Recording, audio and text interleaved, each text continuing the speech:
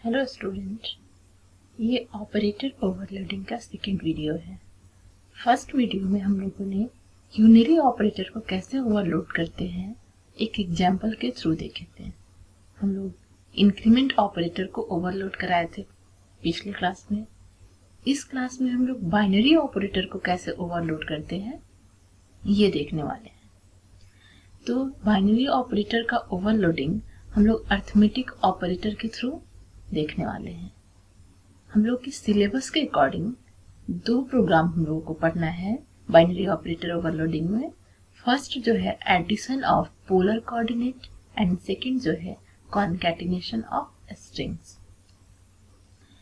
तो हम लोग बारी बारी से दोनों प्रोग्राम को देखेंगे कि कैसे प्रोग्राम लिखते हैं इसके लिए। तो सब पहला जो है वो है एडिशन ऑफ पोलर कोऑर्डिनेट। तो इस प्रोग्राम को समझने से पहले हम लोग ये समझ लेते हैं कि पोलर कोऑर्डिनेट क्या होता है। जब किसी पॉइंट का हम लोग कोऑर्डिनेट लिखते हैं एक्स वाई एक्सिस में, तो एक्स कोऑर्डिनेट और वाई कोऑर्डिनेट लिखते हैं। उसी तरह उस पॉइंट का एक पोलर कोऑर्डिनेट भी होता है। तो पोलर कोऑर्डिनेट हम लोग कैसे लिखते हैं कि जो जिस पॉइंट का हम लोग को पोलर कोऑर्डिनेट लिखना होता है उस पॉइंट का किसी रेफरेंस पॉइंट से डिस्टेंस क्या है और उस पॉइंट का किसी रेफरेंस डायरेक्शन से एंगल क्या है। जब इस चीज को हम लोग एज अ कोऑर्डिनेट लिखते हैं तो उसको बोलते हैं पोलर कोऑर्डिनेट। अब हम लोग पोलर कोऑर्डिनेट को कैसे ऐड करते हैं उसका प्रोग्राम देखने वाले हैं। तो हम लोग अपने प्रोग्राम को एग्जीक्यूशन मीन से स्टार्ट करके देखते हैं।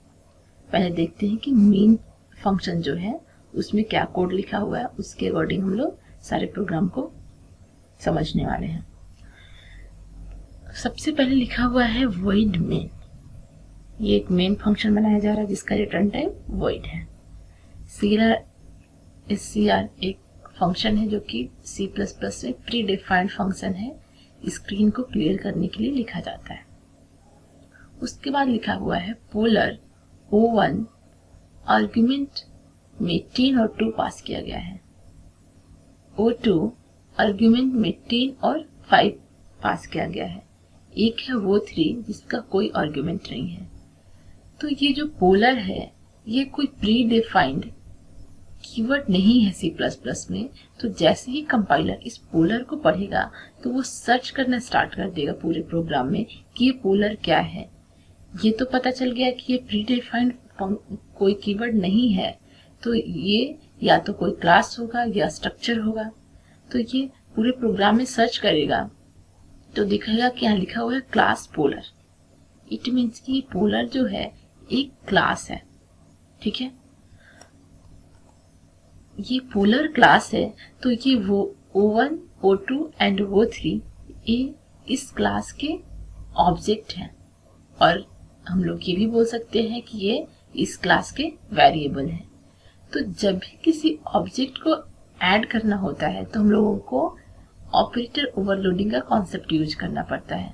बिकॉज ये वेरिएबल जो होते हैं वो नॉर्मल वेरिएबल नहीं होते हैं, इंटीजर फ्लोट के टाइप। इसको हम लोगों को ऐड करने के लिए ऑपरेटर ओवरलोडिंग का कॉन्सेप्ट यूज करना पड़ता है। इसके बाद लिखा हुआ है third line O3 equals to O1 plus O2, मतलब इस दोनों ऑब्जेक्ट को हम लोग ऐड करके थर्ड ऑब्जेक्ट O3 में स्टोर कर रहे हैं। ठीक है, अब जैसे ही ये लाइन कंपाइलर पढ़ेगा तो वो पहले से ही जान रहा है कि ये पोलर जो है एक क्लास है और इस क्लास के ये दोनों ऑब्जेक्ट है O1 O2। तो इसको ऐड करने के लिए ऑपरेटर ओवरलोडिंग के कॉन्सेप्ट को यूज करना ही है। ठीक है, तो ये पूरे प्रोग्राम में ऑपरेटर ओवरलोडिंग के कॉन्सेप्ट का कहाँ कोड लिखा हुआ है उसको सर्च करेगा।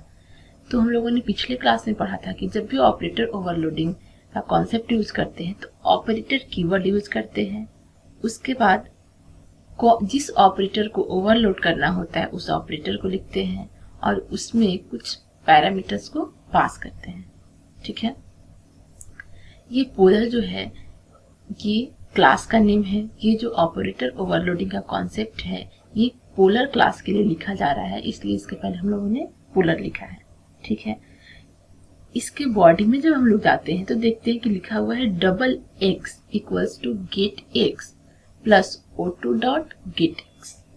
ठीक है, ये डबल जो है एक रिटर्न टाइप है, जैसे इंटीजर होता है किसी डेटा का डेटा टाइप होता है, उसी तरह डबल भी एक डेटा टाइप है। डबल एक्स, एक्स क्या है? एक वेरिएबल है जिसका डेटा टाइप क्या है? डबल है। इसमें क्या स्टोर किया जा रहा है? Get X plus O2 dot get X. तो ये गेट एक्स जो है ये भी कोई प्री डिफाइंड फंक्शन नहीं है C++ में, तो हम लोग सर्च करेंगे कि ये गेट एक्स जो फंक्शन है वो कहाँ, इसका कोड कहाँ लिखा हुआ है। सर्च करते हैं तो मिलता है हम लोगों को, यहाँ पे लिखा हुआ है गेट एक्स। तो गेट एक्स फंक्शन के जब बॉडी में हम लोग जाते हैं तो देखते हैं लिखा हुआ है return radius into cos bracket में एंगल। ठीक है, अब ये रेडियस और एंगल दो वेरिएबल है। ठीक है, तो क्लास में हम लोगों ने जो दो वेरिएबल डिक्लेयर किया है, डबल रेडियस डबल एंगल। ठीक है, तो ये दोनों वेरिएबल को गेटएक्स फंक्शन में यूज किया जा रहा है। ठीक है, गेटएक्स फंक्शन में हम लोग रिटर्न क्या कर रहे हैं? Radius into cos angle. जो भी एंगल हम लोग एज ए इनपुट देंगे वो कॉस के साथ एसोसिएट होकर रेडियस से मल्टीप्लाई होगा और उसके बाद हम लोग को रिटर्न मिलेगा। ठीक है, उसके बाद लिखा हुआ है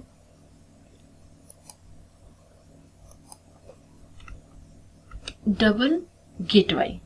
गेट वाई भी एक फंक्शन है, इसके बॉडी में हम लोग जब देखते हैं तो लिखा है return radius into sine angle. ये क्या करेगा? रेडियस को साइन और जो भी एंगल हम लोग ऐसे इनपुट देंगे उसको साइन के साथ एसोसिएट करके रेडियस से मल्टीप्लाई करके रिटर्न करेगा। ठीक है, तो हम लोगों को पता चल गया कि गेटएक्स फंक्शन और गेट वाई फंक्शन का क्या रोल है इस प्रोग्राम में। ठीक है, ये रेडियस इंटू कॉस एंगल को एज आउटपुट देगा कि रेडियस इंटू साइन एंगल को एज आउटपुट देगा। ठीक है, तो हम लोगों ने अभी तुरंत पढ़ा कि पोलर कोऑर्डिनेट को निकालने के लिए किसी रिफरेंस डायरेक्शन से उसके एंगल को मेजर करते हैं। तो एंगल को मेजर करने के लिए हम लोग क्या करेंगे? कॉस थीटा और साइन थीटा का यूज करेंगे। ठीक है, ये यहाँ पे थीटा के लिए हम लोगों ने एंगल लिखा है। अब ये जो क्लास था पोलर, इस क्लास का हम लोग एक बना रहे हैं कंस्ट्रक्टर, क्योंकि ये जो दो वेरिएबल है इसको इनिशियलाइज भी करना है, इसलिए हम लोगों को एक कंस्ट्रक्टर बनाना पड़ेगा। तो पोलर नाम एक क्लास था, पोलर हम लोग एक कंस्ट्रक्टर बना रहे हैं। इसमें क्या कर रहे हैं? रेडियस और एंगल में वैल्यू को इनिशियलाइज कर रहे हैं। रेडियस में 0.0 और एंगल में भी 0.0। ठीक है, उसके बाद अगेन से हम लोग एक कंस्ट्रक्टर बना रहे हैं जिसके अंदर कुछ पैरामीटर पास किया हुआ है। ये एक पैरामीटराइज कंस्ट्रक्टर है। ठीक है, इसमें पैरामीटर क्या पास किया? Float R, float A. R और ए नाम का वेरिएबल है जिसका जो डेटा टाइप है वो है फ्लोट। रेडियस में हम लोग आर के वैल्यू को स्टोर कर रहे हैं। जो भी हम लोग आर में एज ए आर्गुमेंट पास करेंगे वो रेडियस में स्टोर होगा और जो ए में पास करेंगे वो एंगल में स्टोर होगा। ठीक है, फर्स्ट वाला जो कंस्ट्रक्टर था पोलर वो डिफॉल्ट कंस्ट्रक्टर था और सेकंड वाला जो कंस्ट्रक्टर है वो पैरामीटराइज कंस्ट्रक्टर है। ठीक है, तो हम लोग क्या क्या कर लिए अभी तक? वेरिएबल को डिक्लेयर कर लिए, उसके बाद दो फंक्शन बना लिए, गेटएक्स और गेट वाई। गेटएक्स जो है वो कॉस एंगल के साथ एसोसिएट होकर रिजल्ट देगा और गेट वाई जो है वो साइन एंगल के साथ एसोसिएट होकर रिजल्ट देगा। ठीक है, उसके बाद हम लोग दो कंस्ट्रक्टर क्रिएट कर लिए, एक डिफॉल्ट और एक पैरामीटराइज। इतना काम हो गया हम लोगों का। अब नेक्स्ट हम लोग देखने वाले हैं एक और फंक्शन क्रिएट कर रहे हैं, वॉइड डिस्प्ले। ठीक है, वॉइड डिस्प्ले नाम का फंक्शन है और इसके बॉडी में लिखा हुआ है सी आउट रेडियस एंगल। मतलब इस फंक्शन में हम लोग सिर्फ और सिर्फ एक स्टेटमेंट आउटपुट करा रहे हैं जिसमें लिखा हुआ है रेडियस और एंगल। ठीक है, इसके बाद लिखा हुआ है ऑपरेटर ओवरलोडिंग का कॉन्सेप्ट। उसके लिए हम लोगों को पता है कि ऑपरेटर कीवर्ड यूज करते हैं, तो ये पूरे कोड ब्लॉक को देख के ही हम लोग समझ जाएंगे कि ये जो पर्टिकुलर कोड ब्लॉक है इस प्रोग्राम में वो सिर्फ और सिर्फ किसके लिए लिखा गया है, ऑपरेटर ओवरलोडिंग के कॉन्सेप्ट को यूज करने के लिए। और ऑपरेटर ओवरलोडिंग का कॉन्सेप्ट हम लोग यूज क्यों कर रहे हैं, क्योंकि हम लोग मेन फंक्शन में अभी देखे हैं कि दो ऑब्जेक्ट को हम लोग ऐड कर रहे हैं, और दो ऑब्जेक्ट को ऐड करने के लिए हम लोगों को ऑपरेटर ओवरलोडिंग के कॉन्सेप्ट को यूज करना पड़ेगा, बिकॉज ये जो वेरिएबल है ये नॉर्मल वेरिएबल नहीं है, इनके जो डेटा टाइप है वो कोई प्री डिफाइंड डेटा टाइप नहीं है, लाइक इंटीजर, फ्लोट। ठीक है, तो इस कोड ब्लॉक के बॉडी में देखते हैं लिखा हुआ है double x equals to get X plus O2 dot get X. तो गेट एक्स में हम लोग का क्या आउटपुट आ रहा था, r cos एंगल। ठीक है, तो जो भी हम लोग r और a में एज आर्गुमेंट पास करेंगे वो वैल्यू क्या होगा, जो पहले से डिफॉल्ट आर्गुमेंट है 0 0 उसके साथ ऐड हो जाएगा O2 dot get x. O2 में क्या क्या पैरामीटर पास किया है, 10, 5, मतलब 10 cos 5 0 प्लस ये गेट एक्स लिखने पे क्या हो जाएगा, r का वैल्यू भी हम लोग ने इनिशियलाइज किया था 0.0 से और एंगल का वैल्यू भी 0 से, मतलब 0 इंटू cos 0, तो ये पूरा 0 हो जाएगा, plus O2 dot get x. O2 का पैरामीटर क्या पास किया हुआ है, 10 और 5, मतलब यहाँ पे जो वैल्यू आएगा वो आएगा 10 cos 5 डिग्री। ठीक है, नेक्स्ट स्टेटमेंट लिखा हुआ है double y equals to get y plus O2 dot get y। ये क्या है, ये भी एक वेरिएबल है जिसका नाम है y, और इसका जो डेटा टाइप है वो डबल है। इसमें हम लोग क्या करें, get y plus O2 dot get y। Get y में क्या हो रहा था, radius into sine angle return हो रहा था। ठीक है, तो गेट y लिखेंगे तो क्या हो जाएगा, 0 इंटू साइन 0, तो ये तो 0 दे दिया, plus O2 dot get y। O2 में पैरामीटर क्या पास किया हुआ है, 10, 5, तो इसका रिजल्ट क्या होगा, 10 साइन 5 डिग्री। ठीक है, तो यहाँ पे आ जाएगा 10 साइन 5 डिग्री। अब हम लोग क्या कर रहे हैं कि एक अगेन से वेरिएबल r बना रहे हैं जिसका डेटा टाइप डबल है, और इसमें हम लोग क्या कर रहे हैं, जो x और y का वैल्यू आएगा उसमें क्या करेंगे, एक फॉर्मूला लगाएंगे X square plus Y square का अंडर रूट। तो इसको प्रोग्रामिंग के टर्म में लिखेंगे तो क्या हो जाए, इसकी वार्टी फंक्शन यूज करेंगे, और इसकी वार्टी फंक्शन के अंदर हम लोग लिख देंगे एक्स स्क्वायर को X into X plus Y square को वाई इंटू वाई। ठीक है, ये क्या हो गया, X square plus Y square का अंडर रूट। इसका जो रिजल्ट आएगा वो आर में स्टोर हो जाएगा।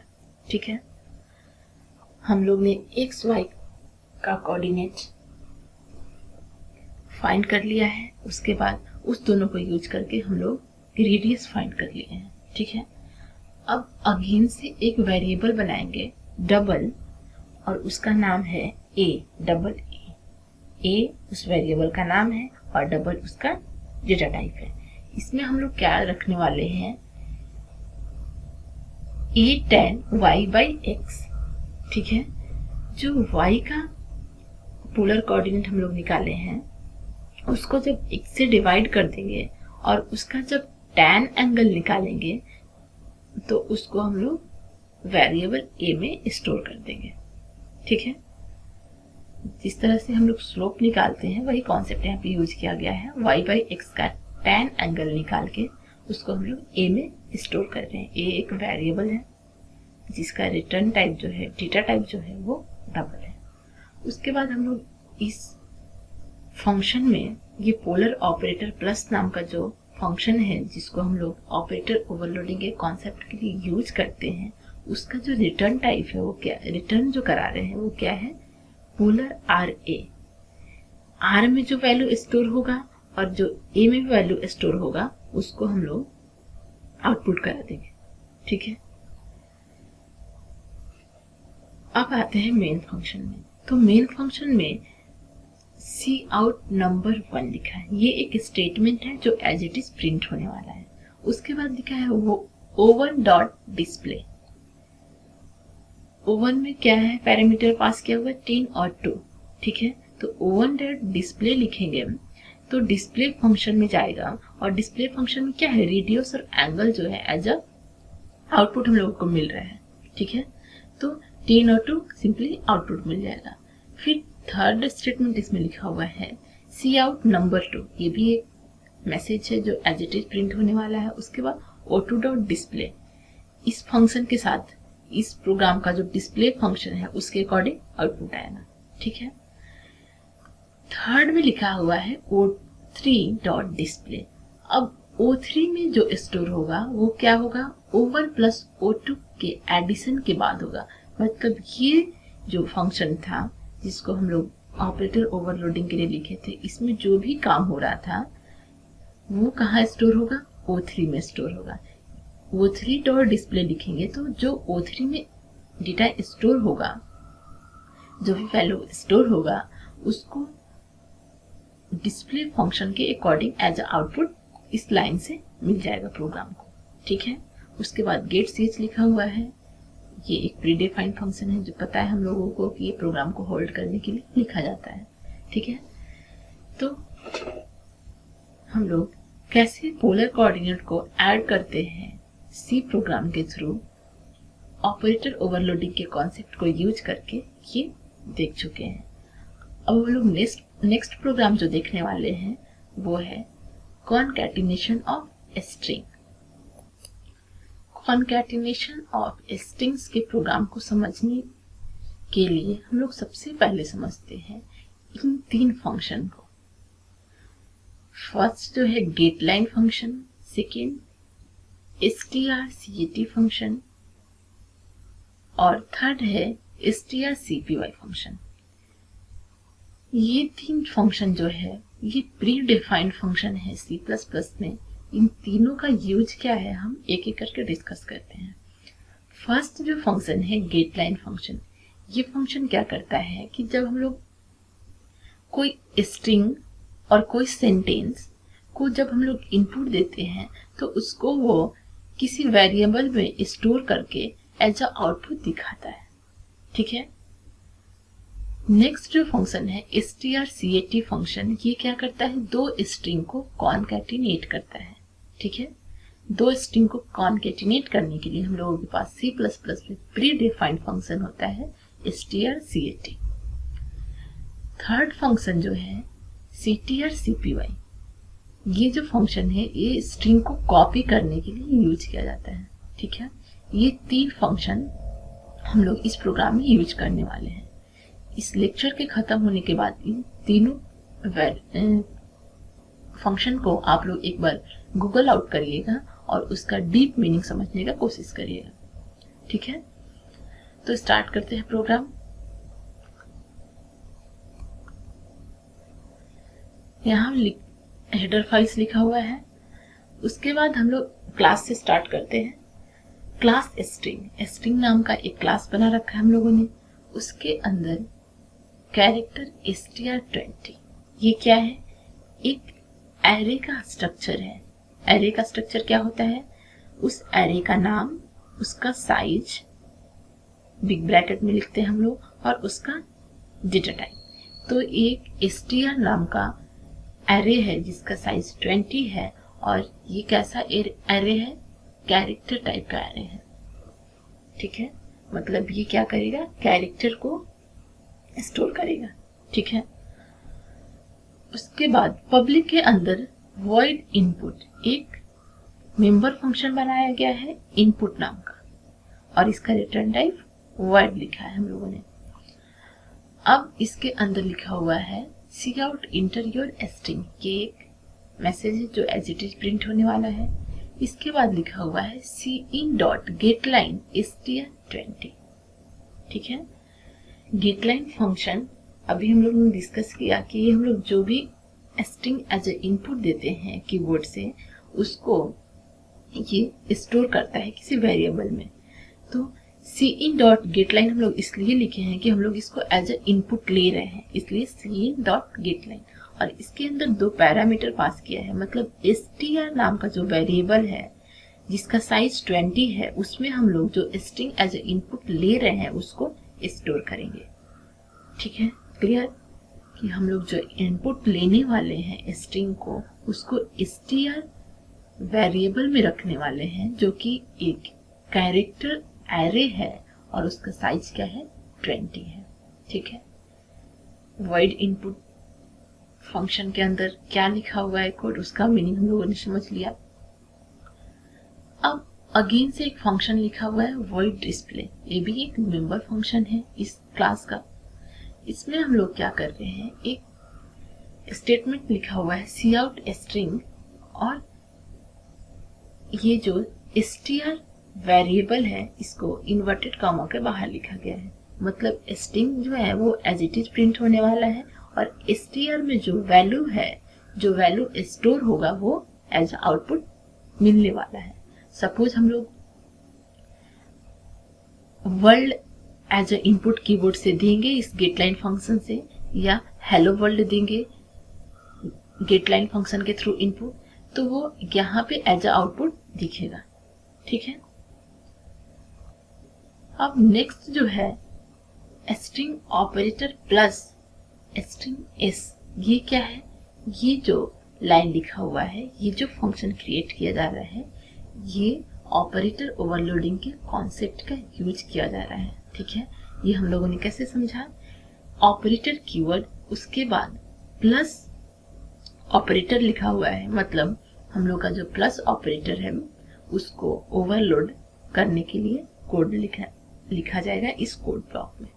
ठीक है, तो इस कोड ब्लॉक में हम लोग क्या कर रहे हैं, स्ट्रिंग ऑब्जेक्ट नाम का एक वेरिएबल बना रहे हैं जिसका रिटर्न टाइप क्या है, स्ट्रिंग, जो अभी हम लोगों ने फंक्शन क्रिएट किया है।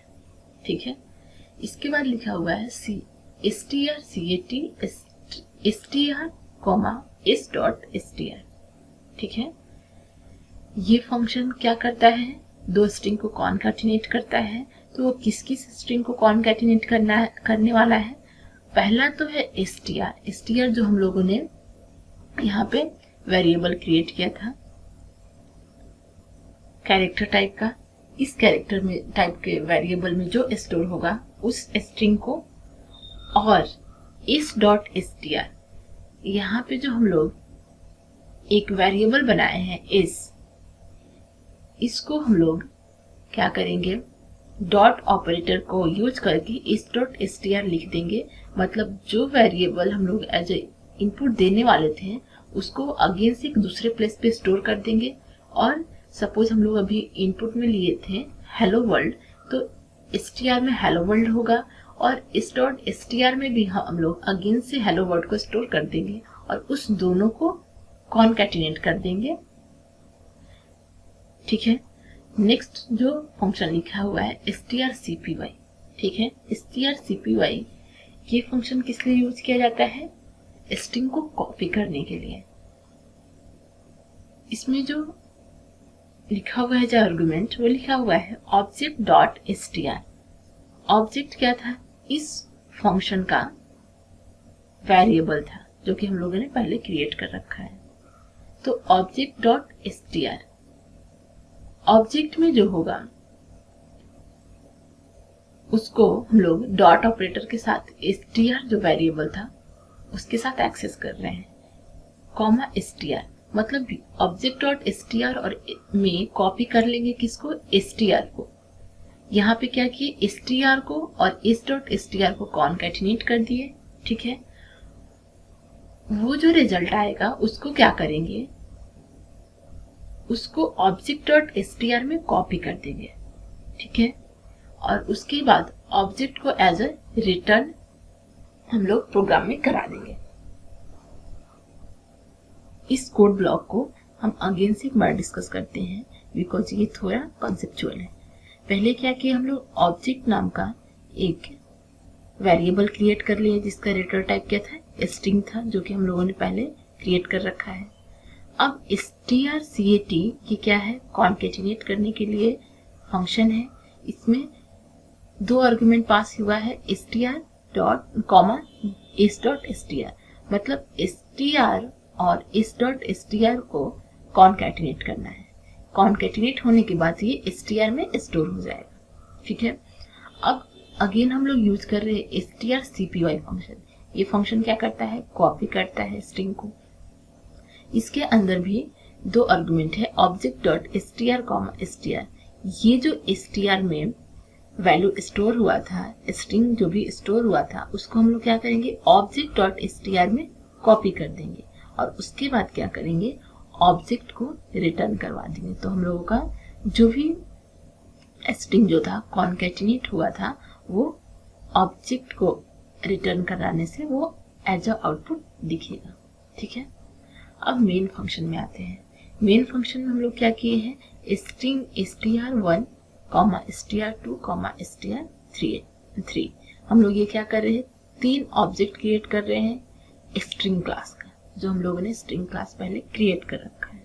ठीक है, उसके बाद लिखा है str डॉट इनपुट।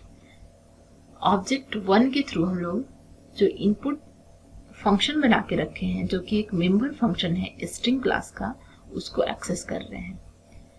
उसके नेक्स्ट वाले लाइन में लिखा हुआ है str dot input, str2 dot input. Object 2 को हम लोग इनपुट फंक्शन के थ्रू एक्सेस कर रहे हैं।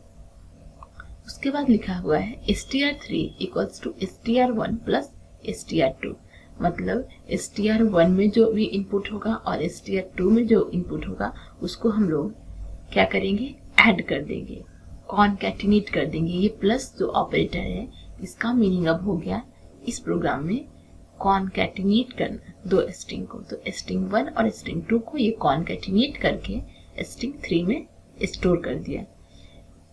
ये जो प्लस साइन है, ये